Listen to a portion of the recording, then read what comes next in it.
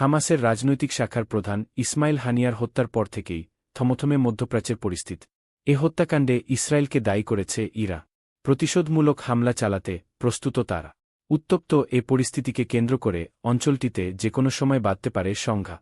তবে তেহরানের শর্ত মানলে হামলা থেকে রক্ষা পেতে পারে তেল আবিব। সম্প্রতি সৌদি আরবের জেদ্দায় অর্গানাইজেশন অব ইসলামিক কোঅপারেশনের আয়োজিত এক জরুরি শীর্ষ সম্মেলনে একথা জানান আঞ্চলিক নেতার। এ বিষয়ে ইরানের ভারপ্রাপ্ত পররাষ্ট্রমন্ত্রী আলী বাঘেরি বলেন, একটি আঞ্চলিক যুদ্ধ শুরুর দ্বারপ্রান্তে রয়েছেন তারা। তবে গাজায় শান্তি আলোচনায় অগ্রগতি হলে তার বিনিময়ে পিছু হটতে পারে তেহরান। যদিও এ বিষয়ে এখনও কিছুই জানায়নি নেতানিয়াহু প্রশাসন।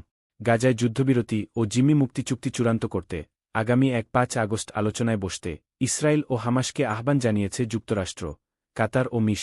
আলোচনায় অংশ নেয়ার কথা জানিয়েছে নেতানিয়াহু প্রশাসন। আরও পড়ুন, রাশিয়াকে শতাধিক ব্যালিস্টিক ক্ষেপণাস্ত্র দেবে ইরান। চুক্তির বিস্তারিত রূপরেখা চূড়ান্ত তৈরি ও তা বাস্তবায়ন করার সম্ভাবনার কথাও জানায় তারা।